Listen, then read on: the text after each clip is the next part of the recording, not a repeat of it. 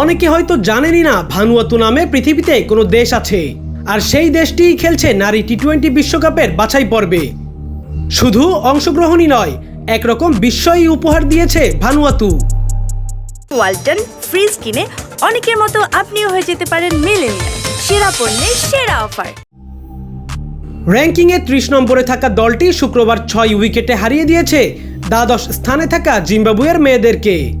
ওশেনিয়ার ছোট্ট দ্বীপ দেশ, যেখানে মাত্র 3 লাখের একটু বেশি মানুষের বসবাস, সেই ভানুয়াতুর খেলাধুলার ইতিহাসে সবচেয়ে বড় সাফল্যগুলোর একটি মনে করা হচ্ছে এই জয়টিকে।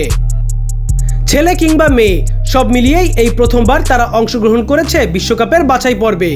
পূর্ব এশিয়া প্যাসিফিক অঞ্চলের বাইরের কোনো দেশের সঙ্গে এটিই ছিল ভানুয়াতুর প্রথম ম্যাচ।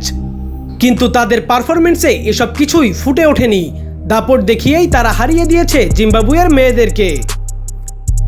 আবুধাবিতে এই বাছাই পর্বের আগ পর্যন্ত মূলত ধার করা কিংবা উপহার হিসেবে পাওয়া ব্যাট প্যাড ও ক্রিকেট সামগ্রী দিয়ে চলছিল তাদের ক্রিকেট দল। আবুধাবিতে বিশ্বকাপ বাছাই পর্বে খেলতে আসার মতো যথেষ্ট অর্থ তাদের ছিল না। আইসিসি থেকে বছরে তারা 5 লাখ মার্কিন ডলারের মতো পায়, যা দিয়ে তাদের ক্রিকেট বোর্ড পরিচালনা করা সহ গোটা বছরের সব কার্যক্রম চালাতে হয়। বিশ্বকাপ বাছাই পর্বের আগে অর্থ জোগাড়ের জন্য ভানুয়াতু ক্রিকেট অ্যাসোসিয়েশনের অপারেশনস ম্যানেজার জামাল ভিরা ও মার্কেটিং ম্যানেজার হারমিয়ন ভিরাতাই গণ অর্থায়ন থেকে আয় করার পরিকল্পনা করেন। সেই অনুযায়ী তারা প্রচারণা চালাতে থাকেন এবং শেষ পর্যন্ত জনগণের দান থেকে 7.5 লাখ ভাতু অর্থাৎ 6,300 মার্কিন ডলারের একটু বেশি তুলতে পারেন তারা। তাদের জন্য এটিই ছিল বিশাল কিছু। সেই অর্থ থেকেই বাছাই পর্বের জন্য ক্রিকেট সামগ্রী কেনা হয় এবং ক্রিকেটারদের বোনাস ভাতা সহ অন্যান্য কিছুর যোগান দেওয়া হয়।